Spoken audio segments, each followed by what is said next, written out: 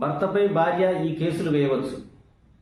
ఏదైనా కారణాలతో భార్యాభర్తలు ఇద్దరూ గొడవపడి భార్య పుట్టింటికి వెళ్ళి భర్తకు ఎగైనిస్ట్గా ఈ కేసులు ఫైల్ చేయవచ్చు.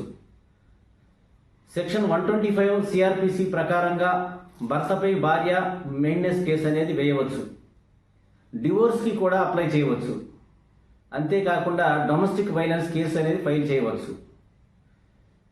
ఏదైనా కారణాలతో భర్త కోర్టుకి హాజరు కాకపోయినట్లయితే కోర్టు వారు ఇంటీరియం మెయింటెనెన్స్ అనేది ఆర్డర్ పాస్ చేస్తారు.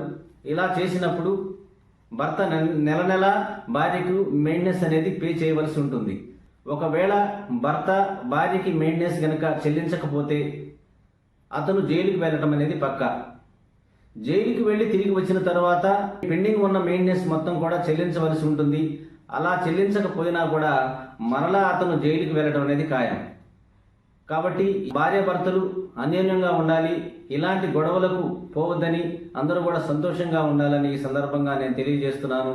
ఎందుకంటే చట్టం సామాన్యునికి తెలియాలి. జై హింద్.